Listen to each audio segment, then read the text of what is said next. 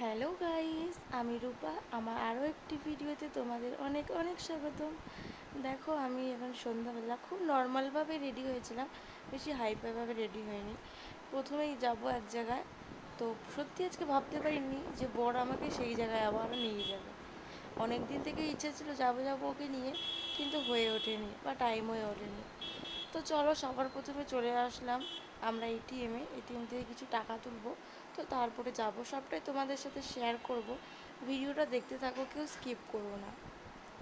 এখানে দেখো, আমার বরমশাই চলে গেছে এটিএমে টাকা তুলতে, আর আমি এখানে দাঁড়িয়ে আছি ওর জন্য বাইরে। এই জায়গাটা কোথায় বলো তো, কেউ কি চিনতে পারছো? ও ওখানে এটিএমে অনেকক্ষণ লেট হচ্ছিলো, তাই আমি এখানে একটু ভিডিও করে নিলাম। তারপরে অনেকক্ষণ দাঁড়িয়ে আছি এখানটায়, ভাল লাগছিল না, তো ভাবলাম আরেকটু ভিডিও করে নিই। অনেকটা টাইম লাগছিলো ওর। তো তারপরে এখানে হঠাৎ করে চোখে পড়লো ফুচকা। ফুচকা দেখলে তো আমার মাথা ঘোরায়। আমার মতো কে কে আছো যে তোমাদেরও মাথা ঘোরায়? ফুচকা দেখেছি আর খাবো না, এটা তো হয়? তারপরে এখানে একটু পার্সেল নিয়ে নিয়েছি ফুচকা।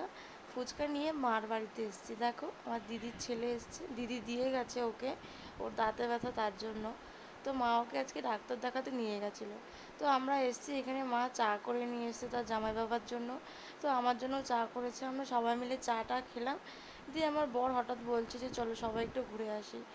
তো এই কথা শুনে আমার দিদির ছেলে তো ফটাফট করে রেডি হয়ে নিয়েছে, ও যাওয়ার জন্য তো ব্যস্ত। এখানে ওর মেশোকে বলছে চলো চলো, আর কত দেরি, আমি তো রেডি।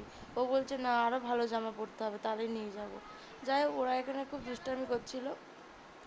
ও বারবার বলছে মেশো চল, ওর মেশো মানে একটু ওর সঙ্গে মজা করছিল। তারপরে আমরা বেরিয়ে পড়েছি, গেছিলাম আমার দিদার বাড়িতে। তো দেখো, মাও রেডি হয়ে গেছে, সবাই নর্মালভাবেই গেছিলাম। তো আমরা বিদ্যানগরে চলে এসেছি। বিদ্যানগর থেকে একটু মিষ্টি, জিলেপি, তারপর জিলেপি নিইনি, মিষ্টি, সিঙ্গাড়া, দই এইসব নিয়েছিলাম। তো দেখো, আমার বর নিচ্ছিল। তারপরে আমরা আবার চলে এসেছি। দিয়ে এখন আমরা আবার এখানে না সাইকেলগুলো দেখছিলাম। ছোটোবেলায় যখন দিদাবাড়ি যেতাম, এখান দিয়ে শুধু কান্নাকাটি করতাম সাইকেল কেনার জন্য। তো যাই হোক, এখন তো বড় হয়ে গেছি, এখন আর ওই ইচ্ছাটা নাই। তারপরে আমরা আবার সব মিষ্টি টিষ্টি কিনে আবার রওনা দিলাম দিদাবাড়ির দিকে। তো দেখো, দিদাবাড়ি চলে এসেছি, দিদা আমার খুব খুশি নতুন নাতিন জামাইকে দেখে। দিদাদের বাড়ি প্রথম আসলো আমার বর, বিয়ের পর কখনো আসেনি। তো এখানে আমার দাদুর সঙ্গে দেখা করছিল। এখানে দেখো, আমার দিদা মাথায় হাত বুলিয়ে দিচ্ছিল। আমার দিদা খুব ভালোবাসে ওকে। আর এখানে আমার দাদু দেখো বসে আছে, সবাই খুব ভালোবাসে ওকে। আর এখানে আমার ভাই দেখো, আমার ভাই তো ভিডিওতে আসতেই চাইছিল না, ওকে জোর করে নিস। এটা হচ্ছে আমার মামার মেয়ে, ওর নাম হচ্ছে জয়া রানী। তারপরে দেখো, সমস্তটা ঘুরে ঘুরে সব জায়গা। তারপরে এখানে মা সব মানে খাওয়ার দাওয়ারগুলো সব রেডি করছিল ওকে দেবে বলে। তো এখানে সবাইকে দেবো খাওয়ার জন্য। তো দেখো, কত ফুচকা, কত কিছু সব মানে খাওয়াটাও নিয়ে এসেছিলাম আমরা, দিদাও নিয়ে এসছে অনেক কিছু ভাইকে দিয়ে, দোকান দিয়ে। তারপরে সব কিছু মা রেডি করছিলো এখানটায়। দেখো, আমরা আসতে এই মিষ্টিগুলো নিয়ে এসেছিলাম, ফুচকাও নিয়ে এসেছিলাম। তো এখানে আমার বরকে খেতে দিয়েছে, আমার বর লাইট অফ করে এখানে একটা মুভি দেখছিল। তো আমি বাইরে চলে এসেছি, দেখো এখানে সবাই ফুচকা খাচ্ছে। আমার মামার ছেলে, এখানে আমার বুনু দেখো আবার পুতুল খেলছে। ওকে খুঁজে পাচ্ছি না, ও ঘরের ভিতরে এসে পুতুল খেলছে, তো ওকে আবার ডেকে নিয়ে গেলাম।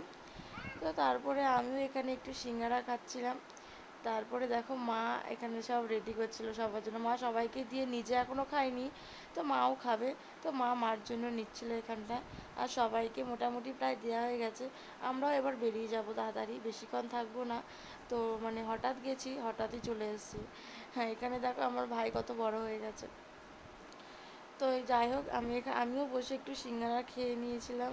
সিঙ্গারা টিঙ্গারা খেয়ে তারপরে আমরা বাড়ির দিকে চলে এসেছি। ওদিকে মাকে আর দিদির ছেলেকে নামিয়ে দিয়েছি, দিয়ে আমার বর আর আমি বাড়ি চলে এসেছি। আজকের ভিডিওটা আমার এই পর্যন্তই। যদি ভালো লাগে অবশ্যই লাইক কমেন্ট করো আর পাশে থেকো। টাটা, তোমরা সবাই সুস্থ থেকো, দেখা হবে পরের আরেকটা ভিডিওতে। বাই।